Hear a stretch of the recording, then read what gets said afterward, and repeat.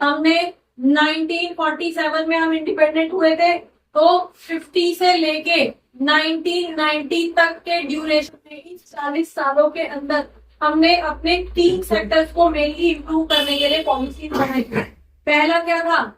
Agriculture था। Agriculture के लिए हमने क्या क्या पॉलिसी बनाई थी? एक क्विक रिकैप है ये आपका। एग्रीकल्चर को करने के लिए, सेटल करने के लिए, बैलेंस करने के लिए हमने क्या क्या पॉलिसीज बनाई थी? एक तो हमने लैंड सेटलमेंट किया था, ठीक है जी, लैंड सेटलमेंट सिस्टम अप्लाई किया था, जिसके अंदर लैंड सीलिंग वगैरह लगाई थी जमींदारों के ऊपर, राइट। दूसरा हमने जो है ग्रीन रेवोल्यूशन लेके आए थे, ग्रीन रेवोल्यूशन लेके आए थे, जिसके अंदर हमारी जो है HYV सीड्स वगैरह जो हुई थी, ठीक है, क्लियर हो गया। ये इस तरह से करके हमने एग्रीकल्चर को संभालने की कोशिश की थी। दूसरी तरफ हमने, दूसरा सेक्टर हमारा क्या था, जो हमने लास्ट क्लास के अंदर पढ़ा था, इंडस्ट्री, ठीक है। अब इंडस्ट्री के रिगार्डिंग हमने क्या क्या किया था? यहाँ पे 56 के अंदर इंडस्ट्री रिवॉल्यूशन करके एक एक्ट बनाया गया था। इसके अंदर हमने 3 स्केड्यूल्स के अंदर, स्केड्यूल 1 या A बोल सकते हो, B बोल सकते हो, C बोल सकते हो, ये तो बिग इंडस्ट्रीज के लिए किया था, राइट। और इसी के अंदर जो हमारी स्मॉल स्केल इंडस्ट्रीज थी, उनके लिए कुछ रिवॉल्यूशंस किए थे, कुछ प्रोटेक्शंस किए थे। इस तरह से ये चैप्टर हमारा अभी तक यहाँ तक हुआ था, ठीक है। तो फर्स्ट सेक्टर हमने एग्रीकल्चर पढ़ा, दूसरा सेक्टर हमने इंडस्ट्री में कैसे चेंजेस किए गए, किस तरह से उसमें इंप्रूव करने की कोशिश किया, और तीसरा सेक्टर जो आज हम करेंगे that is foreign trade, right.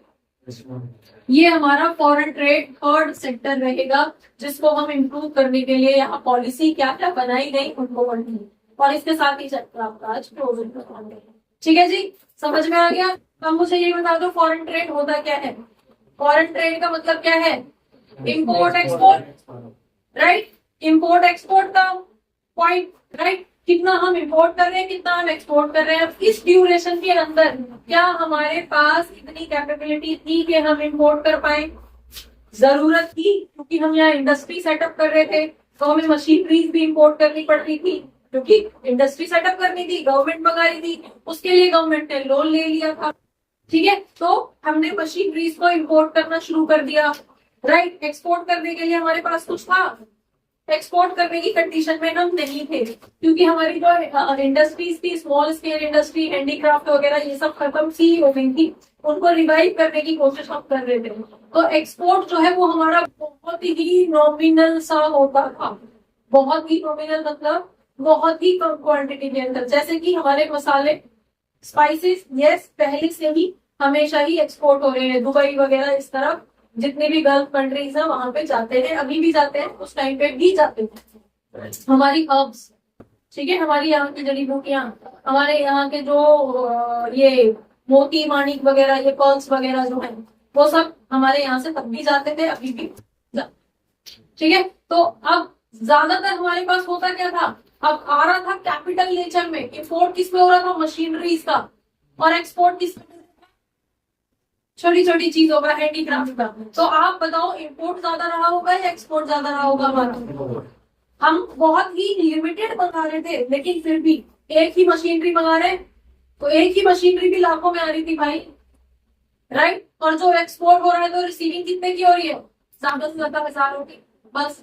तो अभी भी हमारी बैलेंस ऑफ पेमेंट डेफिसिट में ही चल रही है, क्लियर हो गया।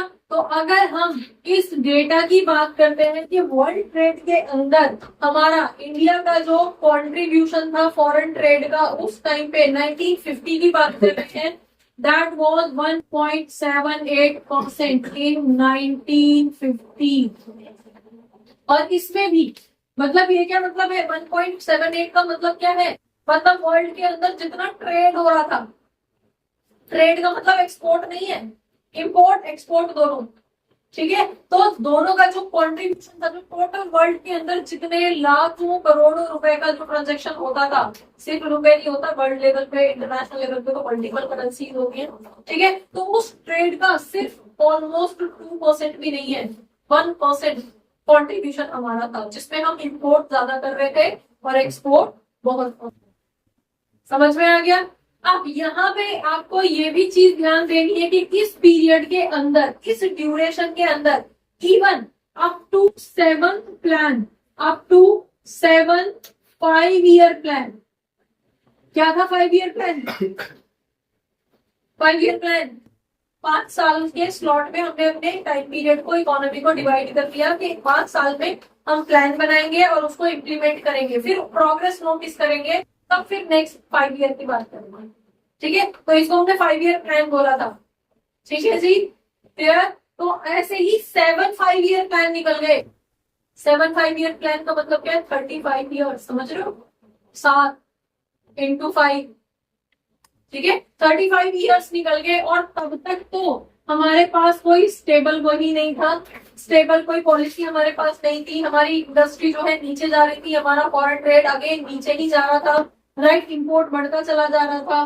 तो इस ड्यूरेशन में हमने अपनी इकोनॉमी को इनवर्ड लुकिंग पॉलिसी अप्लाई कर रखा था। इनवर्ड लुकिंग पॉलिसी का मीनिंग क्या है?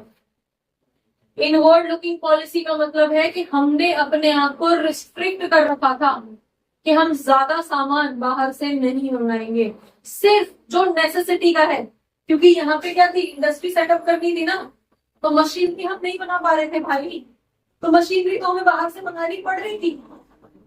ठीक है, मजबूरी थी। ऑयल हम नहीं उगा पा रहे थे, हमारी जमीन नहीं उग रहा था, हमें बाहर से ही मंगाना पड़ रहा था। क्लियर हो गया? समझ में आ गया? ठीक है, ट्रेन हमारी पहले कोयले से चलती थी, लेकिन बाद में वो इलेक्ट्रिक तो अब भी है ना, उससे पहले बीच में तो वो उसी से चल रही, फ्यूल से चल रही है। वो फ्यूल कहाँ से आ रहा था? वो फ्यूल कौन सा, समझ रहे हो? ठीक है, तो ऐसे केस में जो नेसेसरी चीजें थी, जो बहुत जरूरी चीजें थी, सिर्फ उन्हीं को हम बाहर से मंगा रहे थे, लेकिन उसका भी बिल हमारे लिए बहुत बड़ा था, राइट। अब जाने एक्सपोर्ट हमारे यहाँ से कुछ भी ऐसा नहीं हो रहा था, बहुत ही नॉमिनल सा अमाउंट एक्सपोर्ट हो रहा था।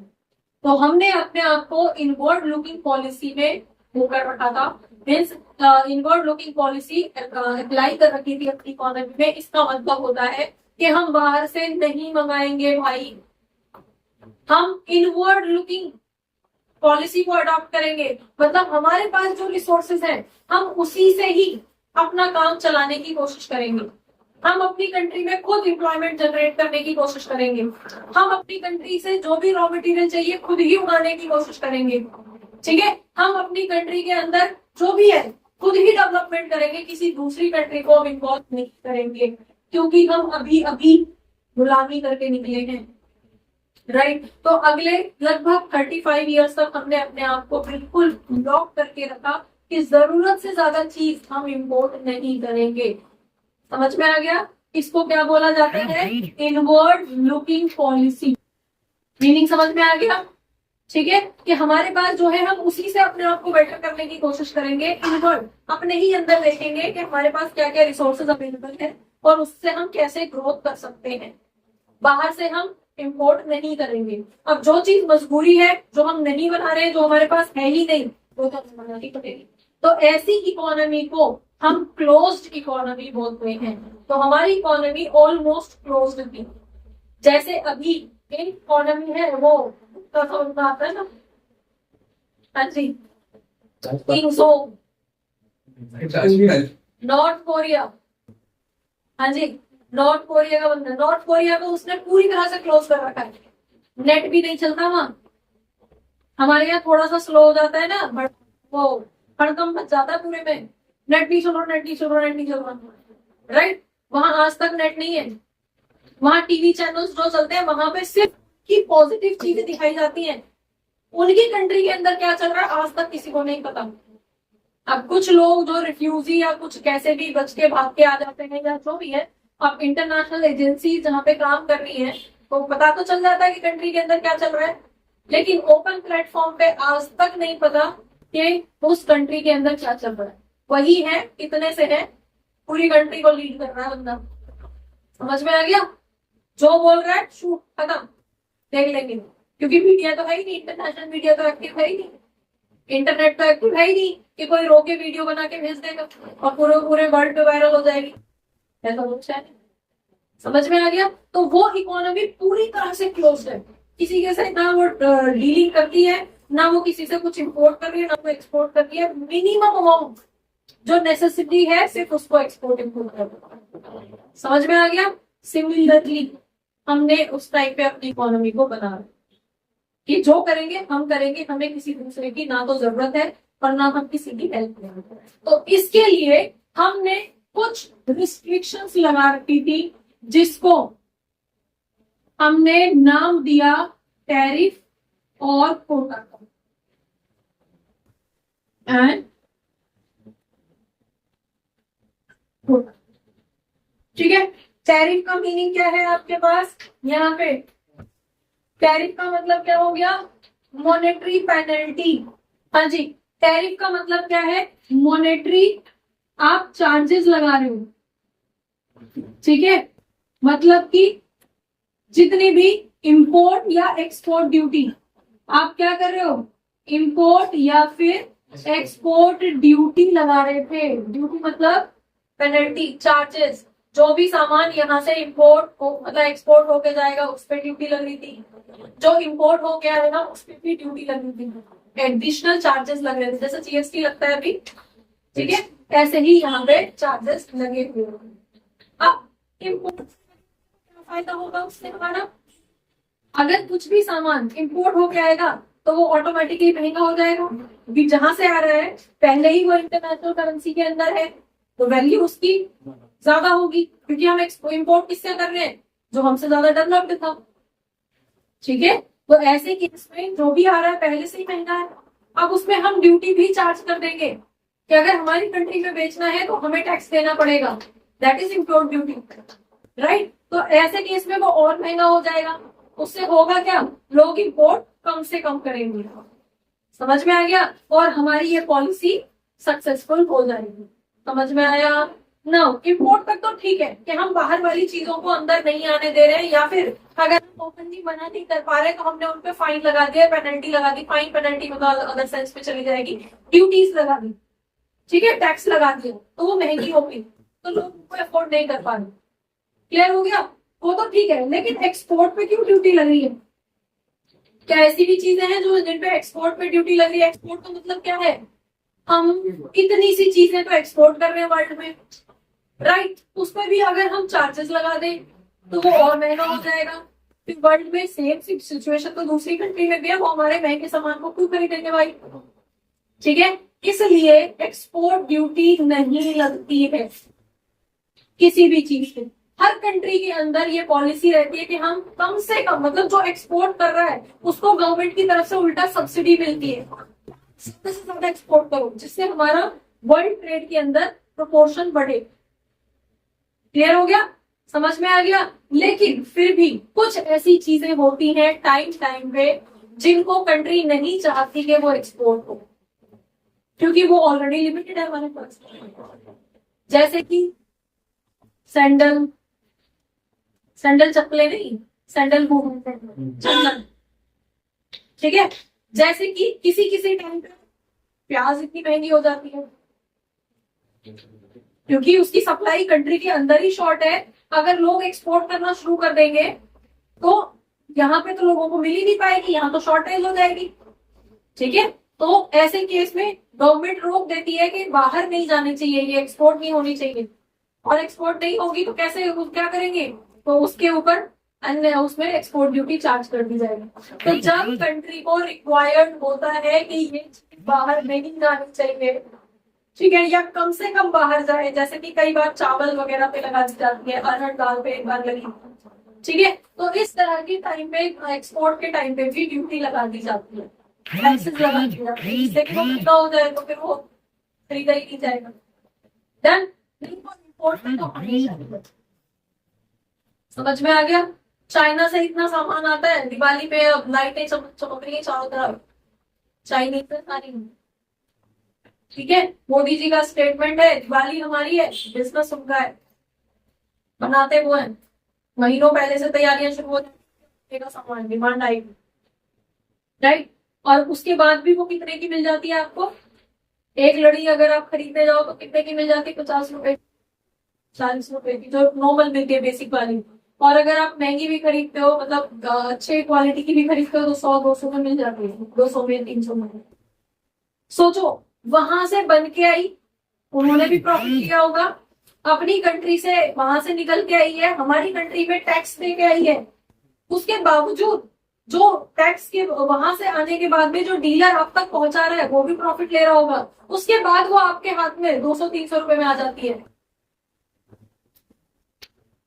तो सोचो वो क्या कर रहा है। चलो कह तो देते हैं कि चाइना हमारी जो है वो राइवल कंट्री है, चाइना खराब कंट्री है, लेकिन चाइना की बराबरी करने के लिए पता नहीं हमें कितने साल लग जाएंगे। अभी चाइना इतना एडवांस हो चुका है, ठीक है, वो क्यों हुआ है, कैसा हुआ है, इसी बुक के लास्ट चैप्टर में पढ़ूंगी। ठीक है, चलिए अब ये क्लियर हो गया। इंपोर्ट एक्सपोर्ट आपने लगा रखा था, फाइनेंशियल जो हम पेनल्टी या फाइनेंशियल जो टैक्स इम्पोज करके रखते हैं उसको हम आपका इंपोर्ट ड्यूटी या एक्सपोर्ट ड्यूटी कहते हैं। एक्सपोर्ट ड्यूटी नॉमिनल चीजों पे लगता है जो बहुत जरूरी है कि हमारी कंट्री से बाहर ना जाए, उन पे लगाई जाती है, और इंपोर्ट ड्यूटी सभी पे लगाई जाती है, इररिस्पेक्टिव कि वो कहाँ से आई है। सबसे ज्यादा जो ड्यूटी लगाई जाती है वो चाइना पे लगाई जाती है, उसके बावजूद भी चाइनीज सामान आपको इतने सस्ते रेटों में मिल जाता है। तो इसका मतलब है चाइना डंपिंग कर रहा है। डंपिंग का मतलब क्या है, वो इतना ज्यादा मैन्युफैक्चर कर रहा है कि सस्ते से सस्ते रेटों पे वो दूसरी कंट्रीज के अंदर अपना मैन्युफैक्चर किया हुआ सामान फेंक रहा है, उसको डंपिंग बोलते हैं। तो उसपे इंपोर्ट ड्यूटी तो लगती है, एंटी डंपिंग ड्यूटी भी लगाई जाती है, जिससे कि वो और ज्यादा महंगा हो जाए। सोचो अगर ये एंटी डंपिंग ड्यूटी या फिर ये इंपोर्ट ड्यूटी नहीं लगी होती तो कितना सस्ता मिलता चाइनीज सामान, राइट। इससे फायदा होता है, नुकसान होता। फायदा कैसे होता भाई साहब, आपको फायदा, ये जियो का प्लान जो था वो फ्री में 6 महीने मिला था, फायदा हुआ या नुकसान हुआ उससे आपको? हाँ, और अब क्या हो रहा है, सबसे ज्यादा महंगा हो रही है क्योंकि उसने अपने कॉम्पिटिटर्स को आउट कर दिया मार्केट से। और आज हर फोन पे एक सिम जियो की है, ठीक है, 90% लोग जिनके पास फोन है उनके पास एक सिम जियो की है, ठीक है। तो जियो तो चल गया, उसने 6 महीने का लालच दिया पब्लिक को, लोगों ने लाइन में खड़े होकर सिम खरीदी उसकी, क्योंकि फ्री मिल रहा था, डेटा फ्री मिल रहा था, है ना। उससे हुआ क्या, जो मार्केट के अंदर कॉम्पिटिटर्स थे वो आउट हो गए, लॉस हुआ, सरवाइव नहीं कर पाए, जो 2-4 सरवाइव कर पाए रुक गए, जो नहीं कर पाए वो निकल गए। अब अकेला लीडर कौन है, जियो। जियो ने अपने सब्सक्रिप्शन रेट कितने कर दिए, तो लॉस में कौन हुआ। तो बेटा सिर्फ शॉर्ट टर्म को मत देखो, इकोनॉमिक्स के स्टूडेंट को उन पॉलिसीज का इम्पैक्ट देखो इकोनॉमी के ऊपर, ठीक है। सेम अगर चाइना को फ्री कर दिया जाए तो सारा जो हाउस कंपनीज है वो तो बर्बाद हो जाएंगी, और एक बार वो वैनिश हुई तो फिर चाइना अपना रंग दिखाना शुरू कर देगा। तो नुकसान किसको होगा अल्टीमेटली, हमें ही होगा। तो कच्चे लालच में नहीं आना है, ठीक है, समझ में आ गया। चलो वापस आ जाते हैं, और ज्यादा डिटेल में नहीं जा रहे हैं। चलिए नेक्स्ट इज कोटा। कोटा का मतलब क्या है, ये क्या था, ये मॉनेटरी पेनल्टी, मतलब मॉनेटरी चार्जेस थे, पैसे लगाए जा रहे हैं कि अगर इतने रुपए का सामान आएगा तो इतने रुपए उसमें इतने % का चार्जेस आपको एक्स्ट्रा देने पड़ेंगे, जैसे नॉर्मली जीएसटी लगती है आपके इंटरनल उसके लिए, राइट। अब यहाँ पे ये लगी है क्वांटिटी, क्वांटिटी बेस्ड, मतलब कि लिमिट डिसाइड कर दी, मैक्सिमम लिमिट डिसाइड कर दी कि इतनी क्वांटिटी से ज्यादा इंपोर्ट नहीं होगा एक फाइनेंशियल ईयर में, क्योंकि हमें अपनी इनवर्ड लुकिंग पॉलिसी पे फोकस रखना है। तो क्वांटिटी को भी लिमिट कर दिया गया कि इससे ज्यादा क्वांटिटी हम नहीं मंगाएंगे। तो कई बार आपसे टैरिफ और कोटा का डिफरेंस पूछ लिया जाता है, या एमसीक्यू या किसी भी फॉर्म में आपसे आ जाता है, तो आपको ध्यान रखना है कि quota is for quantity maximisation, ठीक है। Maximum limit of quantity decide कर दी गई थी कि इससे ज्यादा नहीं मंगा सकते हो, राइट। और टैरिफ फाइनेंशियल या फिर मॉनेटरी रिस्ट्रिक्शंस थे। क्लियर हो गया।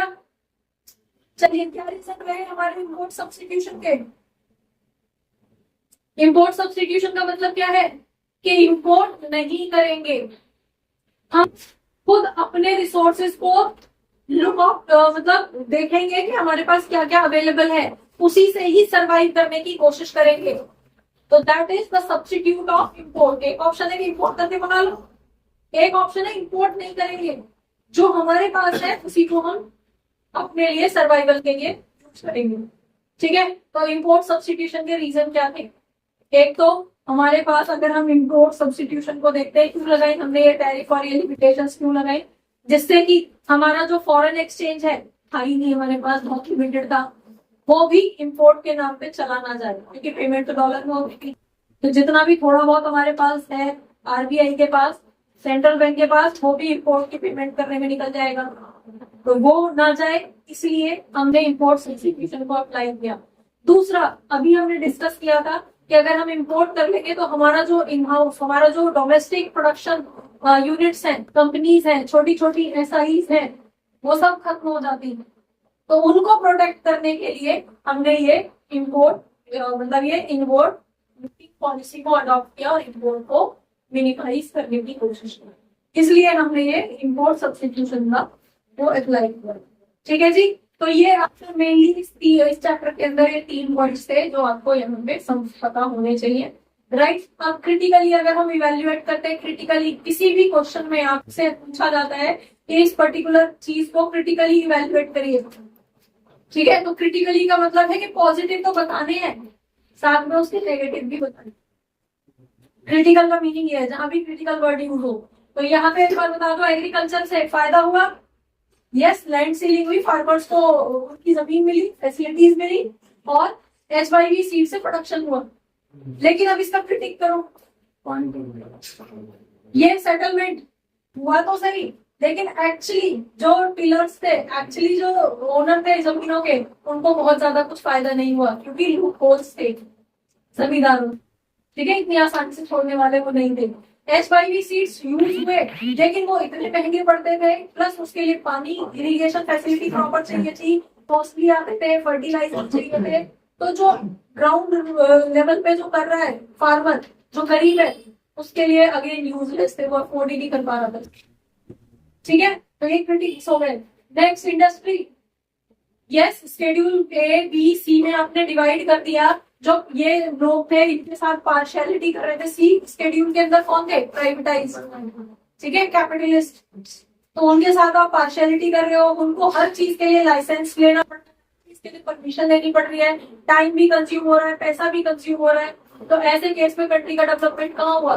गवर्नमेंट इस लायक थी नहीं, गवर्नमेंट के पास इतना फंड नहीं था कि पूरी कंट्री का लोड एक साथ उठा सके, खुद ही गरीब है भाई। अभी अभी बस आजादी तो हुए, सारे हमारे जो रिसोर्सेस थे वो एक्सप्लॉइट हो चुके, कुछ नहीं है गवर्नमेंट के पास। समझ में आ गया? तो पूरा वो नहीं कर पाई प्रॉपर मैनेजमेंट इंडस्ट्री का। तो अगेन यहाँ भी फेल हो गई गवर्नमेंट। और यहाँ पे देख रहे हो इम्पोर्ट एक्सपोर्ट हमारा कितना था, हमने चाहे कितनी भी कोशिश की इनवर्ड लुकिंग पॉलिसी की, लेकिन इनवर्ड में भी तो कुछ होना चाहिए हमारे हाथ में, रिसोर्सेज तो हमारे जा चुके थे। तो इनवर्ड में से क्या बनाए? जो जरूरतें हैं कंट्री की, डेवलपमेंट क्या बिना इम्पोर्ट करे हो जाएगा? डेवलपमेंट क्या बिना मशीनरीज के हो जाएगा? तो मशीन तो बनानी पड़ती थी। और जो इम्पोर्ट हो रहा है वो इतने बड़े अमाउंट का हो रहा है, एक्सपोर्ट हो रहा है इतना सा, तो अगेन बैलेंस ऑफ पेमेंट तो वापस नेगेटिव ही होगी हमारी। समझ में आ गया?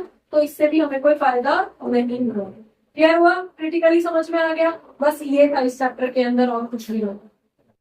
बच्चों, होपफुली बहुत सारे डाउट्स इस क्लास से रिलेटेड, इस टॉपिक से रिलेटेड आपके क्लियर हुए होंगे इस क्लास को देखने के बाद में। अगर रियली आपके कुछ डाउट्स, आपको ये क्लास अच्छी लगी है, तो आप इसको लाइक करिए, सब्सक्राइब करिए और अपने फ्रेंड्स के साथ शेयर करिए। Thank you for watching, keep watching, don't forget to share, keep sharing.